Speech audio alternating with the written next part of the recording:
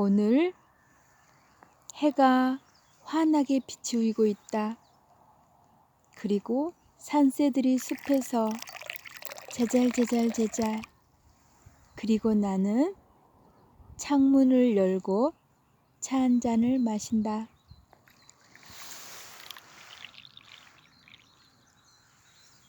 그리고 새들의 노랫소리와 함께 오늘을 시작한다. 아름다운 책, 모든 사람은 베풀 것을 가지고 있다. 비노바 바베 칼린디. 나는 의식의 거대한 바다라고 생각한다. 그 바다 안에서 파도는 일어났다가 가라앉으며 물결은 솟구쳤다가 부서져 다시 바다 전체와 하나가 된다. 신의 바다에서 하나의 물결과 같은 각 개인의 영혼은 바다에서 솟아올라 한 평생, 두 평생, 세 평생 동안 그 표면에서 역할을 하다가 다시 바다로 흡수되며 그리하여 자유롭게 된다. 개개의 영혼들 사이에는 높고 낮음이 없다. 모두가 신의 다른 표상들이다. 간디는 비노바 바베를 가리켜 인도가 독립하는 날 인도 국기를 맨 처음으로 개양할 사람이라 칭송했다. 모든 인간이 공기와 물과 햇빛을 누릴 수 있는 권리를 가지고 있듯이 땅을 누릴 수 있는 권리를 가지고 있다. 그것은 계시였다. 사랑으로 감동을 받으면 사람들은 땅까지도 나눌 수 있다. 만일 우리 마음이 순수하기만 하다면 어떤 문제라도 비폭력적인 방법으로 해결할 수 있으리라 확신한다. 땅을 못 가진 사람이 존재하는 한 개인이 필요 이상으로 땅을 차지하는 것은 잘못이다. 그는 사람들에게 카스트와 언어와 종교의 장벽을 허물어 버리라고 역설했고 스스로 불암한 계급을 상징하는 긴 머리카락을 잘라버렸다. 만일 내가 빗자루 대신 묵주나 염주를 들었더라면 아무도 나에게 시간을 낭비하고 있다고 말하지는 않았을 것이다. 쓰레기를 줍는 일은 나에게는 묵주를 잡는 일과 같은 일이다. 지푸라기를 하나하나 주울 때마다 신의 이름을 한 번씩 기억하는 것이다. 거기에 따르다 보면 다른 생각을 하는 일도 없으며 그것은 순수한 묵상이다. 나는 먹는 것이나 잠을 자는 것까지도 사회에 빛을 지고 있는 의무로 간주한다. 나는 개인적 행동과 사회적 행동을 구별하지 않으며 나의 모든 행동들을 사회에 대한 나의 섬김으로 소중하게 생각한다. 규칙적으로 잠자리에 드는 것, 건강하게 잘 자는 것, 정해진 시간에 일어나는 것, 이 모든 일들은 나의 사회적 의무의 일부분이다. 비노바는 모든 사람이 베풀 수 있는 무엇인가를 가지고 있다고 말하곤 했다. 어떤 사람들은 땅을 가지고 있고 어떤 사람들은 재산을, 어떤 사람은 지식이나 육체적인 힘을 가지고 있다. 더 나아가서 사랑과 애정은 모든 인간의 가슴 속에 가득히 배어 있다. 우리는 모두 무언가 베풀 것을 가지고 있고 그래서 베풀고 또 베풀어야 한다고 가르쳤다.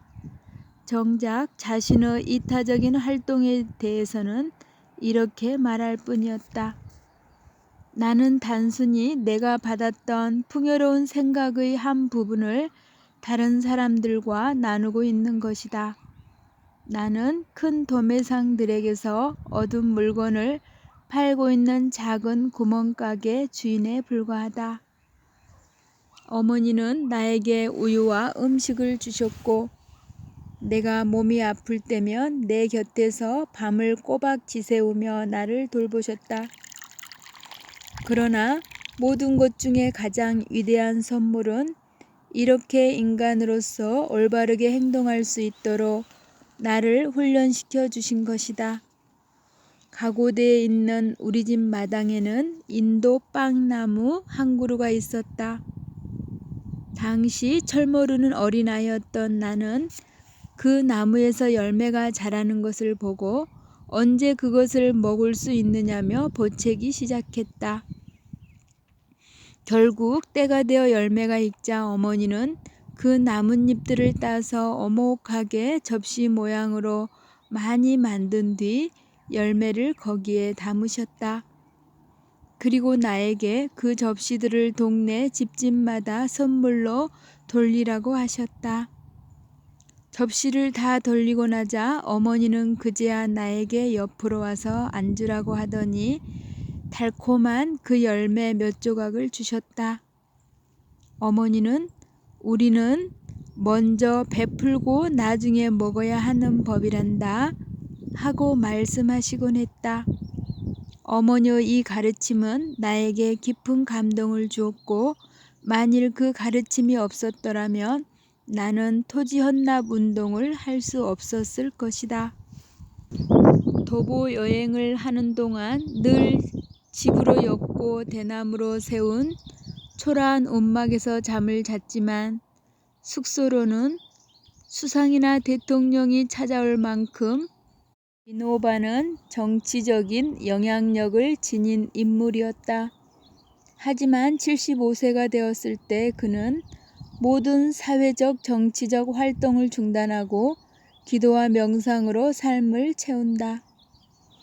이렇듯 비노바는 학교 교육이 아닌 어머니의 믿음의 감화를 받으며 성장한 사람이다. 어느 날 체격이 건장한 거지에게 적선을 베푼 어머니를 보고 어린 비노바 바베는 저런 사람에게 적선하는 것은 게으름만 키워주게 되어 받을 자격이 없는 사람에게 베푸는 것은 그들에게도 좋지 않아요 라고 불만을 토로한다. 이때 어머니는 차분하게 말씀하신다. 아들아, 우리가 무엇인데 누가 받을 사람이고 그렇지 못한 사람인가를 판단한단 말이냐. 내 집 문전에 찾아오는 사람이면 그가 누구든 다 신처럼 받들고 우리 힘 닿은 대로 베푸는 거란다. 내가 어떻게 그 사람을 판단할 수 있겠느냐. 법정 스님은 비노바 바베의 디표지 추천사를 직접 쓰기도 했다. 비노바는 인도의 독립과 가난한 사람들의 지위 향상을 위해 평생을 헌신했으며 마하트마 간디 이후 인도의 정신적 지도자였다. 인도 전역을 걸어 다니며 지주들을 설득, 수백만 에이커의 토지를 헌납받아 가난한 사람들에게 나누어 준 운동은 온 세계를 감동시켰다. 비노바의 생애는 암담한 미래에 희망과 영감을 불러일으킨다.